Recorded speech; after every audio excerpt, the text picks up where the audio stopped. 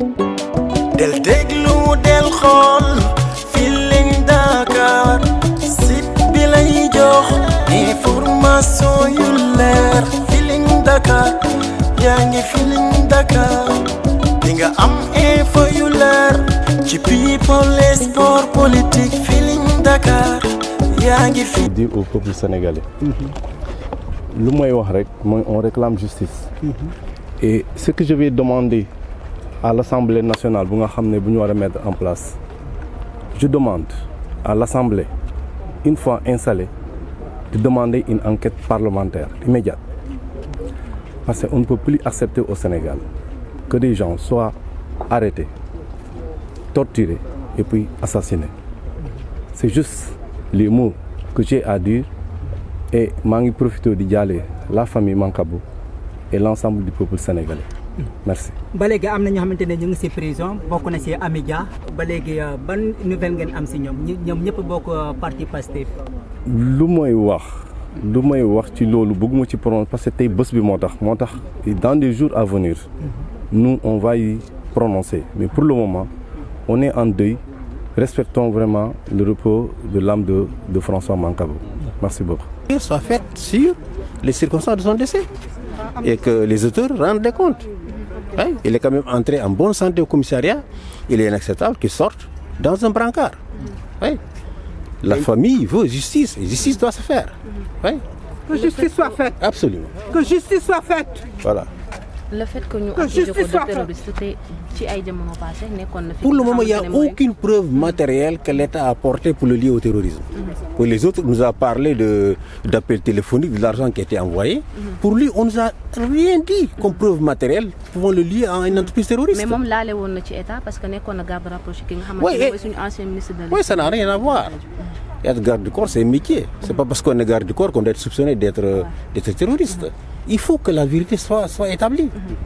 Oui. Pour le moment, ils n'ont rien apporté comme preuve pouvant le lier en quelques groupes. Même pas aux forces spéciales, rien du tout. Donc la famille veut justice et justice se fera. Ça ne se fait pas ici et se fera ailleurs.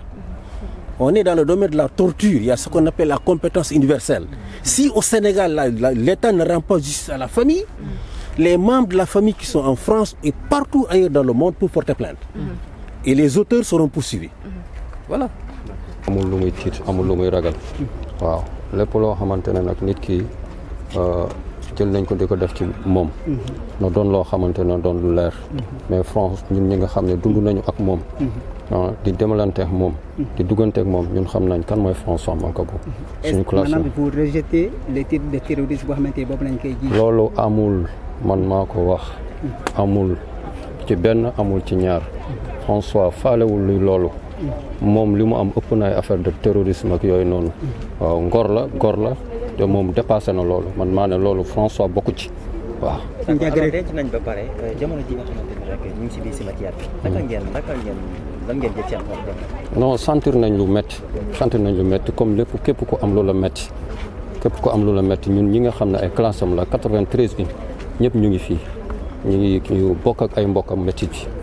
Depuis lors ñun jóge fu nekk ñuy jóge Saint-Louis jóge nañ fu nekk pour assister François Mancabou suñu classe bi waaw vraiment ñun moom am nañ lu ñu metti daal. nekk ancien militaire. servir sa nation ñu accuser le terrorisme est-ce que li tey ancien militaire yi amuñu lu ñun ragal léegi si dëkk Sénégal. waaw mais ñun ñëpp mën nañu ñëw jàpp ñu accuser ñu parce que ay ancien militaire lañu ñun ñëpp kenn fi mu toll nii kenn amul lu la leer parce que si tu es un ancien militaire rek yow suspect ngay doon léegi ci dëkk bi mais kon ñun ban njëriñ la ñuy am ñun li ñu servir nation bi bu xeex jotee ñu dem dee ñëw pour nation bi après ñu ñëw ñu affaire yi leerul nii mais qu'est-ce qui se passe waaw. C'est Amath Diallo. man ak Mancabou ñoo bokkoon même compagnie à la 23e compagnie même section. même chambre man ak moom xam naa ko jamono yii rek muy woon sama kër à Rufisque. daf ma doon set lan nga ñu mën a wax si jikko François Mancabou bi nga xamante ne yow bokkoon nga si ñu ko gënoon jege. ku bien la ku honnête la ku baax la ku digne la loolu moom xam naa ko ci moom en tant que góor waaw moom seetluwul lu nit am ak lu nit mel ak lu nit leneen man loolu laa xam ci moom te sama gain la woon on était ensemble à chaque fois dañuy nekk à Rufisque saa yu dugg Rufisque daf may woo foo nekk dama liggéey wala liggéeyoo mu xam ci lu ma nekk mu ñëw seet si ma ku baax la te ku jub la waaw loolu laa xam ci moom Merci beaucoup. Ali Ababakar Sy ont joué des matchs de tournois enfantins et je dirais que tout un Dieuppeullois pourrait quand même témoigner quand même de la bonté, de la loyauté et quand même autant il détestait même l'injustice quand on jouait. Parce qu'il voulait quand même jouer chez les petits. On était plus petits. Moi et les Gabi Mankabou, son petit frère de même génération, parce qu'il était un peu plus âgé que nous. Mais dire que c'est un des plus quand même loyaux, un des plus quand même gentils, un des plus disponibles de par son caractère, hein, que je dirais. Mais ce qui lui est arrivé, c'est simplement pour une instruction policière. On y perd la vie. Mais c'est un peu dommage. Et je me rappelle dans les années 2012, il revenait tout juste à chaque événement, à chaque manifestation de la place de l'Obélisque, après avoir assuré la sécurité de Cheikh Tidiane Gadio. Je me rappelais comme si c'était hier. Et de Macky Sall, lorsque un certain Mamadou Diop avait perdu sa vie par une bavure policière. Et vous vous rendez compte de ce qui s'est passé aujourd'hui. 10 ans plus tard, il y perd sa vie aussi. Et demain, qui ne dirait pas que ce serait moi 10 ans plus tard. Et qui lui dirait que ce ne serait pas le fils à Macky Sall? Parce que Karim Wade a eu à quand même faire les geôles, a eu à faire la prison, lui aussi, 10 ans plus tard. Et vous direz que c'est comme si ce n'est plus un problème de politique, ce n'est plus un problème, mais c'est un problème de citoyenneté. Pour une instruction, on te demande simplement de te tirer les verres du nez, on te demande simplement de dire, et vous y perdez la vie de parole. Je pense qu'il est temps quand même qu'on puisse, quand même, avec le cas de François Mancabou, celui qui a eu à servir pendant 13 ans l'armée sénégalaise. Chaque matin, il se levait, il se mettait sous les couleurs, sous le drapeau sénégalais. Qui est plus patriote que lui? Est-ce qu'il va tenter sa vie pour simplement avoir des émeutes ou quand même monter des coups d'État? Mais soyons logiques. Depuis 4 ans, je ne l'ai pas vu. Mais tout le monde peut témoigner et tous les Dieuppeullois ont été là à témoigner que vraiment un de leurs et des plus bons et des plus loyaux. Il a eu à jouer dans l'ASC, il a eu à servir le scoutisme au martyrs de l'Ouganda, il a eu à faire presque son adolescence et son enfance à Dieuppeul. Et il se retrouve aujourd'hui mort à quel facteur et quel critère? Et d'après les autopsies?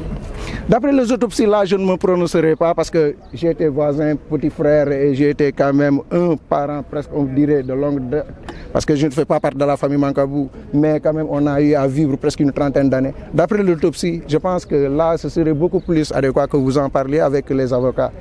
Mais nous venons aussi témoigner que François Mancabou n'est ni un rebelle recruté en pleine Casamance. François Mancabou, dans les années 70, a été à Dieuppeul. On a grandi sous son aisselle. Il a été pendant des années, on jouait comme je vous l'ai dit tout à l'heure, on jouait des tournois petits enfants au jardin de Dieuppeul, là où se trouve le terrain basket, au martyrs de l'Ouganda, à l'enceinte, aux allées à Ababakar Sy. On a grandi, on allait à la plage ensemble. Il a eu à faire toute sa vie dans ce quartier. C'est un fils de Dieuppeul. Il a été citadin bien avant Macky Sall. Il a été citadin dans les années 80, bien avant Macky Sall. Il faut que Macky Sall s'en rende compte. Il est venu dans les années 90, dans les années 2000 à Dakar. Mais François Mancabou est un enfant de la SICAP.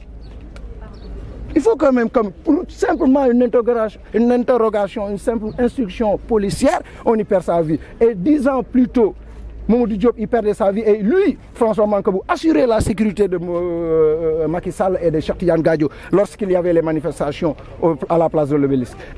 Est-il normal qu'on se retrouve aujourd'hui, 10 ans plus tard? Ce ne sera pas moi. Ce ne serait pas Ali Sall. Mais Karim Wade, comme je vous l'ai dit tout à l'heure, a fait les prisons après avoir quitté le pouvoir. Qu'ils se rendent compte de ce qu'ils ont fait et que justice soit faite pour notre grand frère. Merci beaucoup. 10 ans ci gannaaw fukki at ci gannaaw moom da doon assurer sécurité Macky Sall ak Cheikh Tidiane Gadio place de l'Obélisque chaque manifestation bu fa jógee doon assurer sécurité pour ma ne.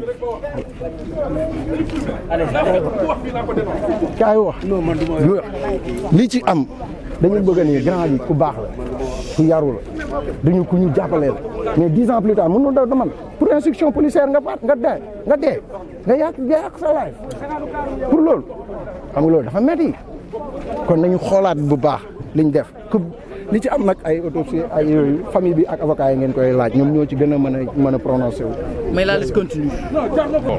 Comme le prêtre l'a dit tout à l'heure, un garde-corps c'est un engagement, c'est l'humilité. Tu te donnes pour l'autre. Malheureusement, il a toujours servi avec le sourire, il a toujours gardé quelqu'un à vue avec le sourire, mais on l'a gardé avec des masques. Voilà ce qu'il n'a pas pu supporter. Un digne fils Mancagne, on ne supporte pas ces choses-là. Donc François, ce qu'il faut retenir, il n'est pas dans ce groupe spécial dont on parle. Il est issu d'une famille noble. Il pouvait ne pas faire ce métier parce que Fumudjogé là. Mais c'est un sacerdoce. Il a assuré, il a vécu. Donc on remercie vraiment le Seigneur de nous l'avoir donné. Famille bi ñoom ñooy gën a yor dossier bi mais ñun ñi nga xam ne dañoo màggandoo ak moom dañuy wax te yéexal ko ñëpp kii juddoowul Congo kii juddoowul ay biir nangam Casamance kii bi ñu am 5 ans lañ koy xam màggandoo ak moom mu yor ñu yar ñu. waaye gars yi ñëpp a ngi frère am ñëpp ngi nii dañu mer ñëpp a mer. xamul yii ku ko xam dëgg-dëgg ku xam famille am xamul lii man maa ngi tudd Marcel Zalé je suis son frère et je lui avais encouragé dans ça parce que daf ko bëgg mu koy def liggéey boobu mu doon def daf ko bëgg ci xolam loolu moo tax mu koy def mais bu nekkoon rek fu mu jógee du doon liggéey loolu mais comme nit da ngay def li nga xam ne moo nga bëgg moo tax mu def ko quoi bon léegi Sénégalais li ñu war a retenir mooy que François xamul loolu François jógewul ci groupe spécial François ci famille bu noble la jógee voilà donc fu mu ne nii lu ñuy laaj rek comme jeunes xale yi ni ñu ko waxee justice rek lañ bëgg na affaire bi leer ñu génn toog wax ñëpp lii la voilà may wax sama mbokku Mancagne yi j'en profite pour leur dire toute personne c'est pas une menace mais toute personne qui a contribué à ce que François soit là aujourd'hui n'a qu'à se signaler parce que quand on va partir il y aura plus ça c'est déjà fait Sénégalais yëpp dinañu gis lu leer Inch'Allah quand on va aller chez nous on va revenir tout le monde sera édifié on a notre autopsie on va le faire on va faire notre autopsie et on saura tout de A à Z toute personne impliquée on saura voilà c'est ce que j'avais à dire. del déglu del xool Feeling Dakar site bi lay jox information yu leer Feeling Dakar yaa ngi Feeling Dakar di nga am info yu leer ci people et sport politique Feeling Dakar yaa ngi